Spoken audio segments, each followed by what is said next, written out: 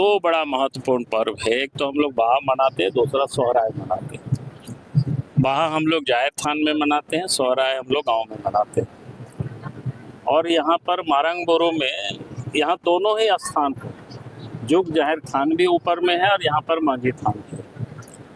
और आज मैं लोगों से कहता हूँ कि भाई हम कहते हम नहीं, बल्कि हमारी पहचान यही, हम अगर आज संथाल हैं तो हम इसलिए संथाल हैं कि हम मांझी थान में पूजा करते हैं, जाहिर थान में पूजा करते हैं, मारंग बोरो को पूजते हैं और जाहिर आयो, मोड़े को, तुरुई को, इन देवी देवताओं को हम पूजते हैं।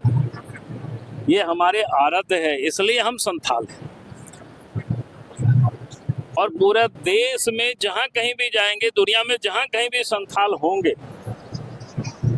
तो निश्चित रूप से वो मांझी थान में पूजा करते होंगे, जाहिर थान में पूजा करते होंगे, मारंग बोरो को मानते होंगे, जाहिर आयो को मानते होंगे, मोड़े को, तुरुई को वो मानते होंगे और अपने आप को पिलचो बोड़ी पिलचो हड़म के संतान कहते हैं। तो ये हमारे अनादिकाल से कब से है ये हम सब लोगों को भी नहीं पता है, लेकिन जहाँ कहीं भी आप जाएंगे तो सब लोग बताएगा। संथाली गांव में जाएंगे तो आपको मांझी थान मिल जाएगा, आपको समझ जाना संथाल का गांव है। गांव के बाहर में आपको जहाँ सखुआ का पेड़ बाकी सब दिखाई पड़ेगा, वहाँ आपको समझिए जाहिर थान है।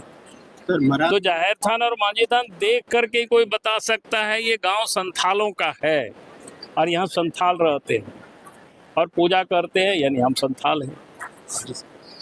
सर, मारंग बोरो को लेके आदिवासी समाज आज भी संघर्ष कर रहे हैं, क्या करिए?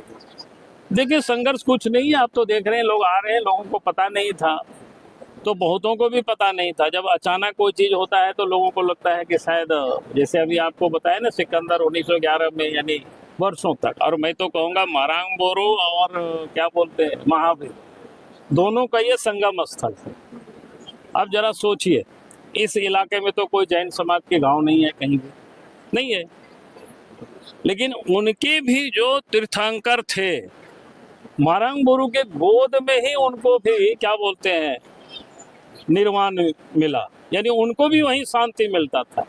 उनके जितने महापुरुष है उसमें से 22 तीर्थंकर तो निर्वाण शायद यहीं पर पाए, पारसनाथ में आकर के। तो आप इससे आप समझ सकते हो कि मारंग बोरो और जाहिर आयो की गोद में सिर्फ संथाल ही नहीं, बल्कि जिन लोगों ने त्याग किया सब कुछ, उन लोग भी मारंग बोरो और जाहिर आयो की गोद में आकर के अंतिम सांस जिसको बोलते हैं लिया है। तो मैं समझता हूँ कि इससे बड़ा और क्या हो सकता है। कहीं अगर कोई बोलता है आगे पीछे तो मैं समझता हूँ कि शायद उनको ये जानकारी नहीं है।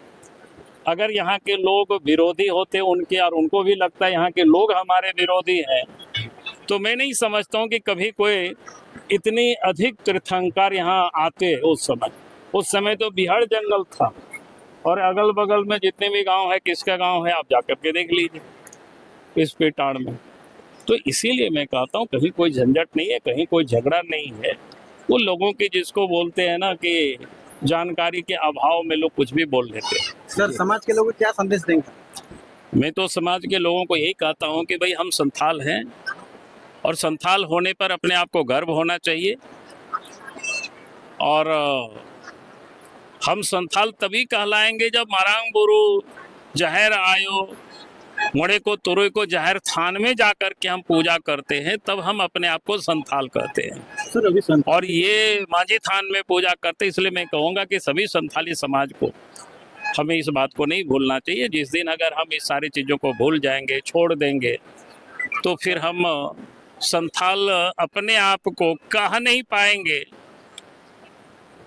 तो इसलिए मैं सभी संथाल भाइयों से, बहनों से मैं यही कहूँगा कि यार हमारे पूर्वजों ने काफ़ी कुछ किया है। इसलिए मैं लोगों से कहा करता हूँ हमारी सामाजिक जो व्यवस्था है उसको भी आप देख लीजिए किस प्रकार से व्यवस्था है। हमारी जो धार्मिक व्यवस्था है, हमारी कथा भी है कि हम उनके संतान हैं, पिलचो हड़म पिलचो बुढ़ी। और वो हंस हसीन जो पक्षी होता है उससे अंडा दिया और उससे पैदा हुआ। अगर आज भी मैं विज्ञान के दृष्टिकोण से सोचता हूँ कि भाई हंस को ही क्यों माना गया, क्योंकि हंस क्षीर और नीर को अलग कर सकता है, यानी अच्छाई और बुराई को समझने की जो क्षमता है, जो शक्ति है, अर्थात हम उन पूर्वजों के संतान हैं। चलिए बहुत बहुत क्योंकि मैं तो सरकार से इतना जरूर कहूँगा कि आप महापर्व है संथालों का, जो मैंने कहा कि बड़ा पर्व है जी।